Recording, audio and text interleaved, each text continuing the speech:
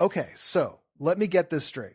The Secretary of Health and Human Services just sat in front of Congress and said he has zero concerns about a president who posted "a whole civilization will die tonight" at 3 a.m, and then shared an AI image of himself as Jesus Christ.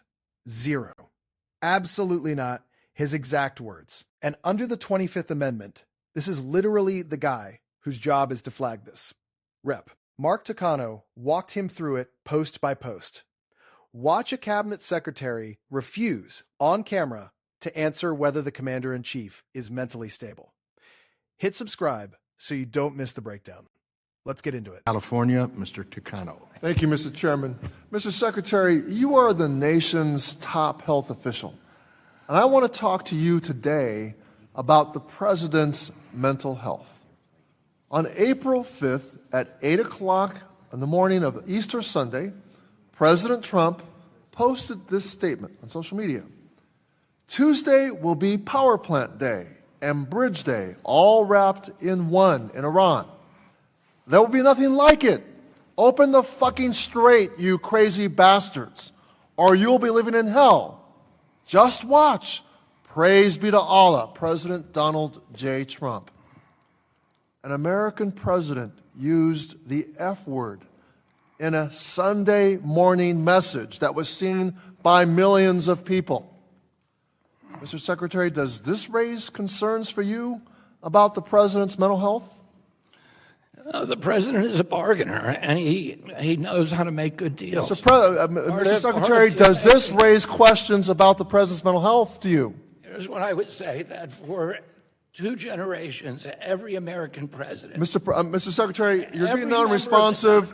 Reclaiming my time, Mr. Secretary, I gather the answer, it does not raise concerns for you. 2 days later, on April 7th, President Trump put out a statement that said, quote, "A whole civilization will die tonight, never to be brought back again. I don't want that to happen, but it probably will," end quote.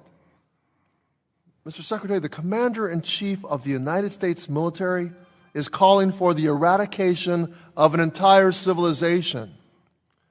And 5 days later, the President started posting on Truth Social at 9 p.m. at night, continuing until 5 a.m. the next morning, and included an unhinged attack on Pope Leo, claiming Pope Leo was weak on crime. And then, later that day, the next day, President Trump posted this image of himself as Jesus Christ. Mr. Secretary, people across the country and around the world were deeply offended by this blasphemous image. Millions of Americans are questioning this president's mental fitness, his emotional stability, and whether he can carry out the duties of his office.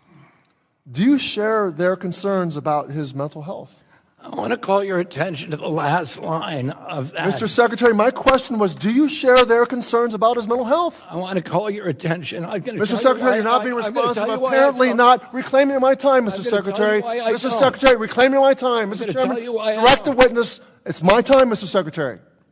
You're not being responsive, and apparently you don't share their concerns. We are a nation at war, Mr. Secretary. We need a commander-in-chief that we know has full command of his mental faculties and is emotionally stable as he sends uniformed American men and women into harm's way. Millions of Americans are now wondering if this president is delusional and thinks he is Jesus Christ. Mr. Secretary, given everything that I've shown you today, will you insist that President Trump undergo an assessment of his mental fitness and his emotional stability? Absolutely not. Thank you, Mr. Secretary. Reclaiming my time absolutely not. I remind you that under the 25th Amendment, you have a duty to remove a president who is physically or mentally unable to discharge his responsibilities under the Constitution. It's your duty. You took an oath to the Constitution, not to President Trump. Mr. Secretary, should President Trump fail a mental fitness test or an evaluation about his mental stability or emotional stability, would you vote to invoke the 25th Amendment? There hasn't been a president who's more Mr. sane Secretary, for my people. question is, would you Look at vote the to video of invoke the President 25th Biden Amendment? this week. Mr. Secretary, reclaiming my time. Supported. It's my question, He's my question, delusional. Mr. Secretary. Would you invoke the guy was 24th Amendment Barack if he Obama. were to fail an assessment of his mental stability or emotional As stability? I said, President Trump is the most. Apparently not, Mr. Secretary. Apparently not. Mr. Secretary, we can all see that this president is mentally unstable, emotionally unstable, and is unfit to lead this country. You, as the nation's top health official, have a particular role here. And you are choosing your loyalty to Donald Trump over your loyalty to the Constitution and keeping the faith with the American people. Thank you, Mr. Chairman. I yield back. President Donald Trump's April 5th social media post threatening Iran over the Strait of Hormuz has triggered widespread concern from lawmakers, foreign governments, and former national security officials. Posted at 8 o'clock a.m. on Easter morning, the message contained an expletive, referred to Iranian leadership as crazy bastards, and closed with the phrase, "Praise be to Allah," signed with the president's full name and title. Former State Department officials have described the post as among the most erratic communications ever issued by a sitting American president. The White House has declined to clarify whether the message represents official U.S. policy, and the Iranian Foreign Ministry lodged a formal protest with the United Nations within hours. Allied governments in the Gulf region reportedly requested emergency briefings from the Pentagon as diplomatic channels scrambled to assess the implications. So this is what was on screen when Takano started.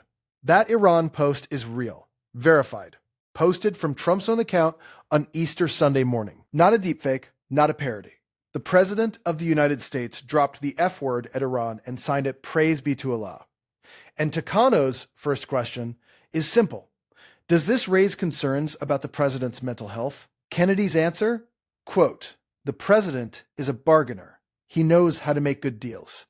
That's not an answer. That's a dodge in a suit. Reclaiming my time, Takano says, "You're being unresponsive," and he moves on. In the early hours of April 12th, President Trump posted more than 40 messages on his Truth Social platform between 9 p.m. and 5 a.m., including an extended personal attack on Pope Leo XIV, whom the president accused of being weak on crime and a globalist in a robe. The overnight posting spree concluded the following day with an AI-generated image depicting Trump himself as Jesus Christ, draped in white with arms outstretched. The image drew swift condemnation from Catholic leaders, evangelical organizations, and interfaith coalitions, several of whom called it blasphemous and described it as a disturbing window into the president's current state of mind. Constitutional scholars have renewed public discussion around Section 4 of the 25th Amendment, the provision that allows the vice president and a majority of the cabinet to declare a sitting president unable to discharge the powers and duties of the office. And then Takano goes to the 3 a.m. spiral, 40 posts between 9 p.m. and 5 a.m., attacks on Pope Leo, the Jesus Christ image, all from the president's own verified account, all real. And this is where Takano pulls out the actual mechanism, because the 25th Amendment isn't a Twitter meme. It's a constitutional tool. Section 4 requires the vice president plus a majority of the cabinet. Cabinet, that's RFK. That's his vote. That's his signature. Takano asks him point blank, if the president failed a mental fitness evaluation, would you vote to invoke the 25th? And the answer is, quote, absolutely not. Before any test, before any evaluation even exists. Absolutely not. Presidential historians and constitutional law experts are increasingly vocal that the current moment represents the closest the country has come to a genuine Section 4 scenario since the amendment's ratification in 1967. While Section 3, which allows the president to voluntarily transfer power temporarily, has been invoked routinely for medical procedures, Section 4, the involuntary removal clause, has never been successfully used in American history. Legal scholars interviewed in recent weeks have emphasized that the amendment's framers designed Section 4 specifically for situations in which a president's public conduct raises substantive questions about their capacity to serve. As one Georgetown law professor put it in a widely circulated interview, the constitutional text does not require a medical emergency.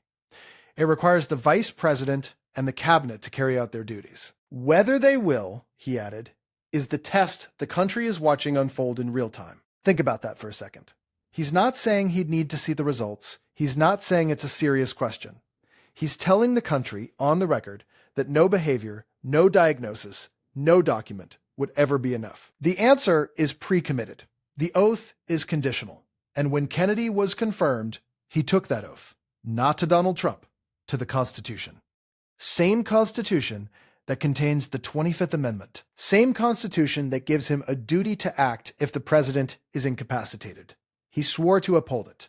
And on Friday, he told Congress that oath has a ceiling. And the ceiling is Donald Trump's feelings. Health and Human Services Secretary Robert F. Kennedy Jr. faced sharp criticism following his April 17th testimony before the House Education and Workforce Committee, during which he repeatedly declined to answer whether President Trump's recent social media activity raised any concerns about the president's mental health or emotional stability. Pressed by Rep.